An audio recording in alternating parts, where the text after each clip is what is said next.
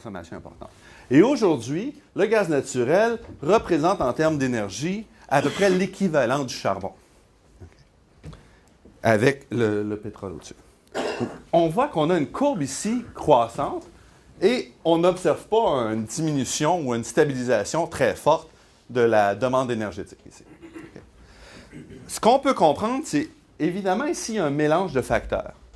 Il y a un facteur démographique, entre autres, qui joue. Donc, si on ramène ça à la consommation d'énergie par capita, on voit qu'il y a une croissance très importante ici, ça remonte à 1850 jusqu'à peu près aux années 70, 75. Et depuis 1975 à peu près, la consommation par capita est restée constante. Okay? Jusqu'à, en fait, ici, c'est les chiffres qui vont à peu près jusqu'à 2000. Okay? Donc, grosso modo, la quantité d'énergie consommée est simplement proportionnelle au nombre de personnes sur la planète, si on ne fait pas de changement important. Okay?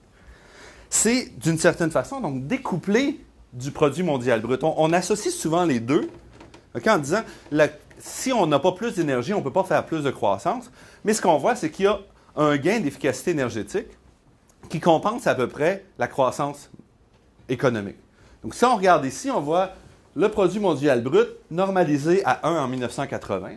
Donc, on voit que le produit mondial brut a augmenté presque de 250 % en 25 ans, en 20 ans à peu près, j'ai des chiffres ici. Si on regarde la consommation d'énergie, en fait, on voit qu'elle suit beaucoup plus, comme je le disais tout à l'heure, la population mondiale que la croissance de la courbe du produit national mondial brut. Avec un décollage à partir de 2000. Pourquoi?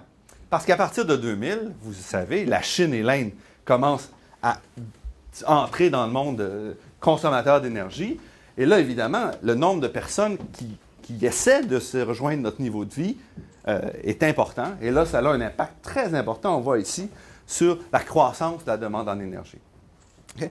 Donc, la bonne nouvelle, c'est qu'en fait, on peut découpler la consommation d'énergie dans un monde développé, à tout le moins, et la croissance économique. Okay? La mauvaise nouvelle, c'est qu'on n'a pas réussi à développer une efficacité énergétique qui va au-delà de la croissance de la population.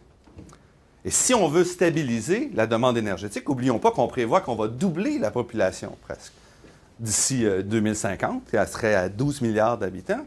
Si on double la population, puis on reste sur cette ligne-là, on double au moins la demande énergétique, et plus parce qu'il y a des pays qui veulent bien nous rattraper.